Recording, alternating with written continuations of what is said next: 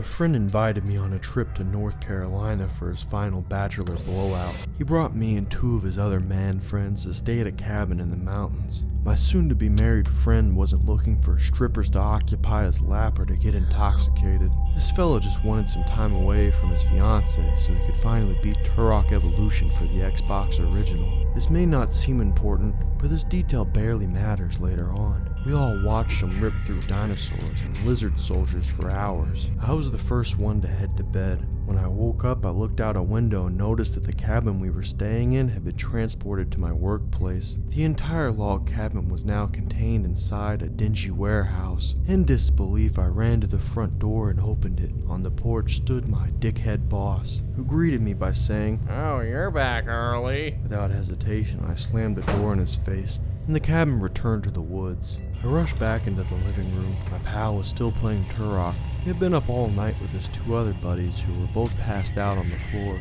Right before I could grab a seat and proceed on this journey with him, a loud banging sound erupted from the front door. Once again, I sprinted to the door and opened it. This time there was a petrified woman standing there. She said, "You gotta help me." Suddenly I heard a man yelling in the distance. "You frustrated? Get some damn candy." The lady pled to me. "Please, save me. I'm frustrated and I can't pick out any candy.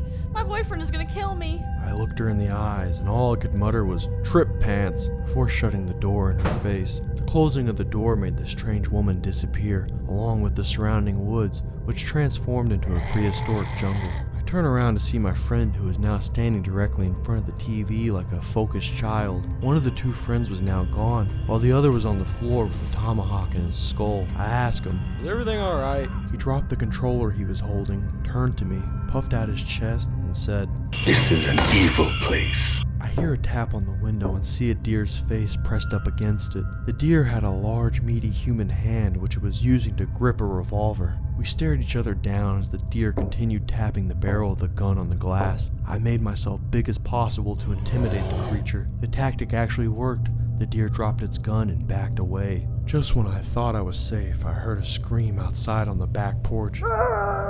I peered out the sliding glass door and seen the friend who had vanished being eaten alive by my demented boss. His face was the only identifiable feature. My boss now had the body of a T-Rex, yet he managed to fit into the same trip pants I spotted on that woman earlier, implying heinous acts such as trouser theft. This truly was an evil place. All I could do now was succumb to it. My friend had been frozen in a statuesque state. Ever since dropping the Xbox controller, I picked it up and began to play. In-game, baboons rained from the sky like paratroopers. Their ass cheeks functioned as a parachute, and their rapid Spitfire mouse were their rifles. These were the only enemies left to fight. My friend had killed everything else in this land. These baboons were unbeatable. I kept dying over and over again, forever reliving the pain of overlapping monkey screeches.